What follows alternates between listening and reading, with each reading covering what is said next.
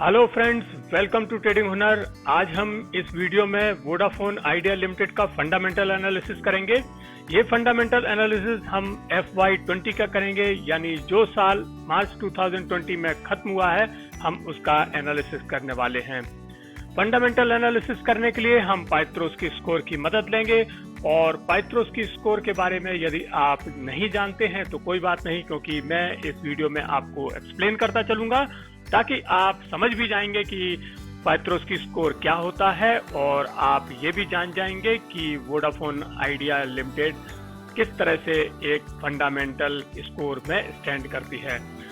पाइथ्रोस्की score professor Joseph पाइथ्रोस्की, जो कि Stanford university में अकाउंटिंग के प्रोफेसर थे, उन्होंने इसकी शुरुआत की और इसकी शुरुआत होने के बाद में आज दुनिया में बहुत से फंडामेंटल एनालिस्ट इस टूल का यूज करते हैं। इसमें 9 क्राइटेरिया होते हैं और कंपनी को क्राइटेरिया को फुलफिल करने के लिए पॉइंट्स दिए जाते हैं। कोई भी कंपनी मैक्सिमम 9 पॉइंट्स हासिल कर सकती है, क्योंकि इसमें 9 क्राइटेरिया होते हैं और यदि कोई कंपनी किसी क्राइटेरिया को फुलफिल नहीं कर पाती है तो वहां उसे 0 पॉइंट मिलते हैं। तो इस प्रकार कोई भी कंपनी मैक्सिमम 9 पॉइंट हासिल कर सकती है, लेकिन यदि कोई कंपनी 7, 8 या 9 का स्कोर अचीव करती है तो हम उसे फंडामेंटली स्ट्रॉन्ग कंपनी कहते हैं।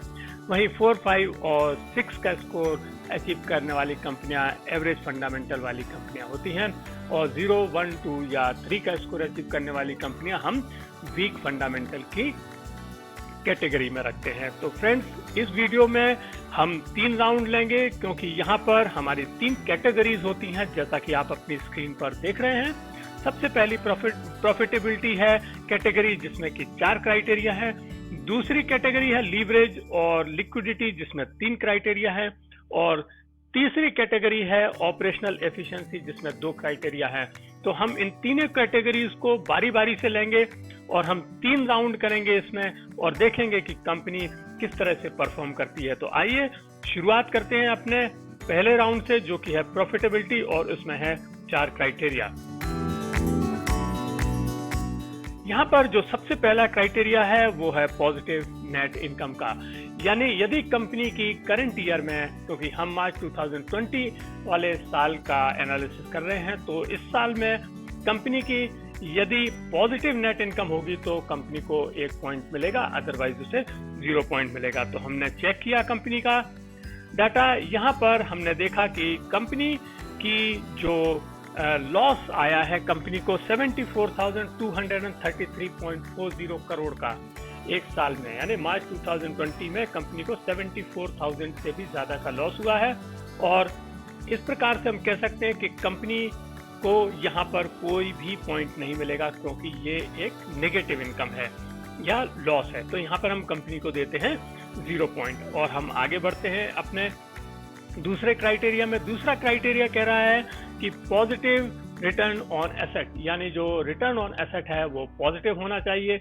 तो फ्रेंड्स, हम चेक करते हैं। यहाँ पर हमने डाटा से यहाँ पर चेक किया मार्च 2020 में, जो कि आप अपने पहले कॉलम में देख रहे हैं। कंपनी का जो रिटर्न ऑन एसेट है वो 32.55 है नेगेटिव में। तो यहाँ पर भी कंपनी को कोई पॉइंट नहीं मिलेगा, क्योंकि ये एक नेगेटिव फिगर है और कंपनी को हम यहाँ पर भी देते हैं 0 पॉइंट। तो इस प्रकार से अभी तक 2 क्राइटेरिया हुए हैं, कंपनी अभी तक कोई भी पॉइंट अचीव नहीं कर पाई है।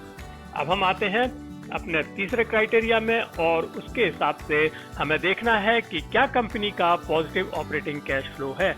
यदि ऐसा होगा तो कंपनी को 1 पॉइंट मिलेगा, अदरवाइज नहीं मिलेगा। तो हमने चेक किया, यहाँ पर कंपनी की वेबसाइट में जाकर के मैंने cash flow from operations download किया और मैंने देखा कि कंपनी ये मिलियंस में है, तो मैंने इसको करोड़ में बनाया है। तो इनका जो net cash flow from operating activities है वो 6,921 आया है, जैसा कि आप अपनी स्क्रीन में पहले कॉलम में देख रहे हैं। तो 6,921 जो इनका आया है उसके हिसाब से हम कंपनी को 1 पॉइंट देंगे, क्योंकि ये एक पॉजिटिव ऑपरेटिंग कैश फ्लो है। तो अभी हमने देखा कि हमारे 3 क्राइटेरिया खत्म हुए और चौथा क्राइटेरिया है वो थोड़ा सा टिपिकल है और वो कहता है कि cash flow from operation should be greater than net income, और यदि ऐसा है तो कंपनी को 1 पॉइंट मिलेगा। यहाँ पर इसमें कोई प्रॉब्लम नहीं होगी क्योंकि कंपनी का जो नेट इनकम है वो ऑलरेडी नेगेटिव में है और ऑपरेटिंग कैश फ्लो है वो पॉजिटिव में है, तो कंपनी को यहाँ पर 1 पॉइंट मिलना पक्का है। तो यहाँ पर हम चेक करते हैं कि क्या हुआ है। तो हमने यहाँ पर जैसे ऑलरेडी देखा था कि कंपनी की जो कैश फ्लो फ्रॉम ऑपरेशंस था वो 6,921 था, जबकि इसका जो नेट इनकम थी वो नेगेटिव में थी। तो यहाँ पर कैश फ्लो ज्यादा है नेट इनकम से, तो हम कंपनी को देते हैं 1 पॉइंट। इस प्रकार से कंपनी के फर्स्ट राउंड में हो जाते हैं 2 पॉइंट्स और यहाँ पर हम स्कोर अपडेट कर देते हैं, तो कंपनी के हो जाते हैं 2 पॉइंट्स। अब हम आगे बढ़ते हैं अपने दूसरे राउंड में, और दूसरे राउंड में है लीवरेज वाली कैटेगरी जिसमें 3 क्राइटेरिया हैं। तो आइए चेक करते हैं वो कौन से क्राइटेरिया हैं और कंपनी कैसे परफॉर्म करती है। सबसे पहला क्राइटेरिया है lower ratio of long term डेब्ट इन करंट ईयर, यानी ये जो क्राइटेरिया है ये लीवरेज से संबंधित है और इससे पता चलता है कि कंपनी की जो लॉन्ग टर्म डेब्ट लायबिलिटी है उसकी क्या पोजीशन है, वो पिछले साल की अपेक्षा कम हुई है या नहीं। यहाँ पर यदि आप देखेंगे कि ये जो क्राइटेरिया है या इसके आगे वाले राउंड 2 और 3 में जो क्राइटेरिया आ रहे हैं वहाँ पर हमारा जो वर्ड यूज हो रहा है वो हो रहा है लोअर रेशो। जो जहाँ पर भी लोअर और हायर का वर्ड का यूज होगा इसका मतलब होगा कि हमें पिछले साल के डाटा से उसको कंपेयर करना होगा। तो यहाँ पर ये जो डाटा है वो ये कह रहा है कि लॉन्ग टर्म डेब्ट ratio in current year should be lower than the previous year. तो हम चेक करते हैं कि लॉन्ग टर्म डेब्ट की क्या पोजीशन है। तो हमने इनका डेब्ट इक्विटी रेशियो देखा और यहाँ पर 2 कॉलम्स हैं जैसा आप देख रहे हैं। लास्ट ईयर इनका जो डेब्ट इक्विटी रेशियो था वो 1.82 था, जबकि अब ये बढ़ करके 16.11 हो गया है, जबकि ये कम होना चाहिए था लेकिन ये बहुत ज्यादा बढ़ गया है। तो हम कंपनी को यहाँ पर कोई भी पॉइंट नहीं देंगे क्योंकि कंपनी की लीवरेज पोजीशन बहुत ज्यादा खराब हो गई है। तो हम यहाँ पर कंपनी को देते हैं 0 पॉइंट और आगे बढ़ते हैं अपने दूसरे क्राइटेरिया में। दूसरा क्राइटेरिया है higher current ratio in current year. हमें ये चेक करना है कि कंपनी की जो लिक्विडिटी है उसकी क्या पोजीशन है, क्योंकि करंट रेशियो मतलब ये शो करता है कि कंपनी की लिक्विडिटी कैसी है, उसके करंट एसेट्स उसकी करंट लायबिलिटी से कितने ज्यादा हैं। तो वो हम चेक करेंगे इसमें।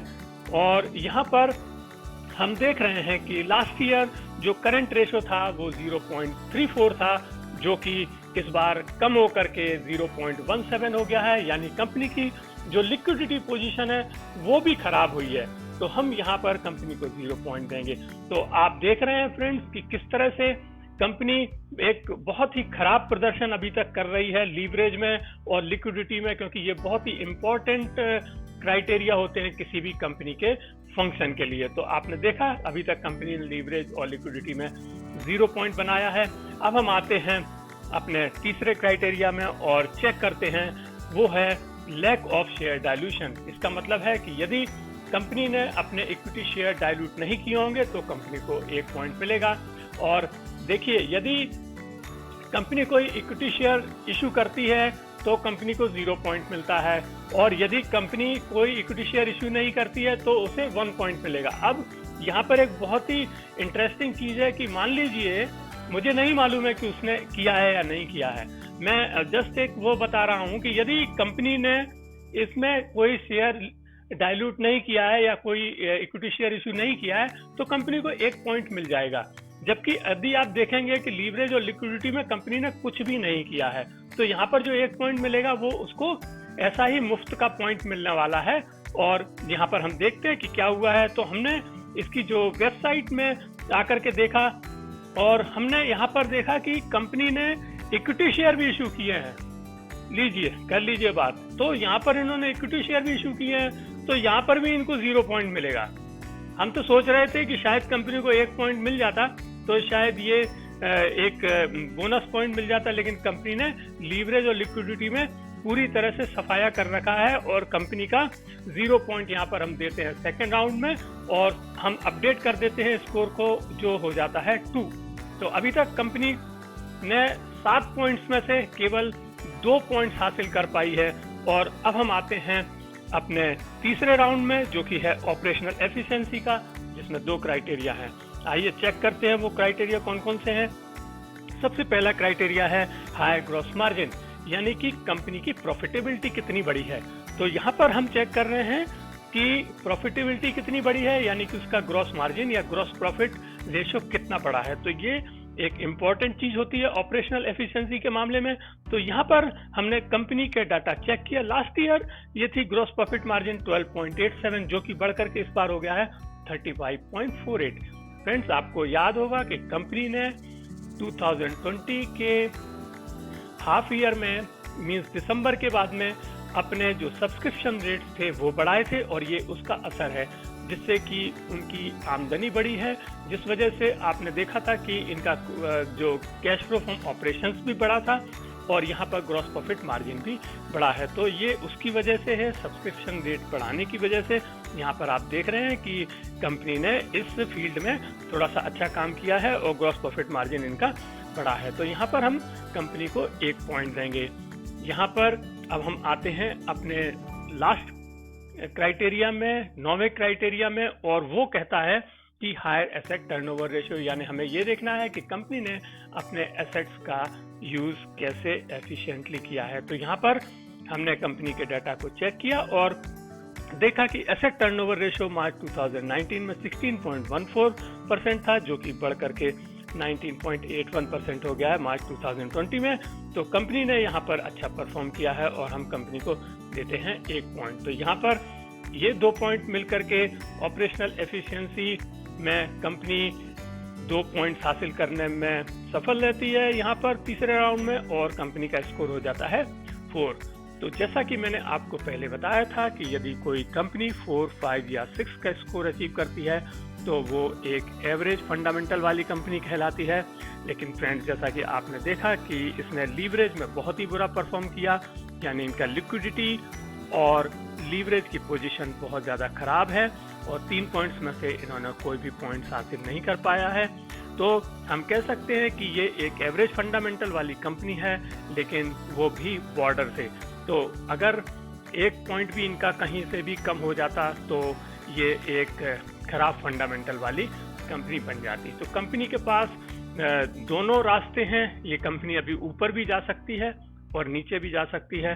तो ये था इस पाइथ्रोस्की स्कोर का एनालिसिस, और ये था वोडाफोन आइडिया लिमिटेड का FY 2020 का फंडामेंटल एनालिसिस। फ्रेंड्स, आपको ये वीडियो कैसा लगा? यदि आपको वीडियो अच्छा लगा हो तो प्लीज़ इसे लाइक कीजिएगा और शेयर कीजिए, और यदि आपने अब तक हमारे चैनल को सब्सक्राइब नहीं किया है तो प्लीज़ हमारे चैनल को सब्सक्राइब कीजिएगा और बेल आइकन को प्रेस कीजिए।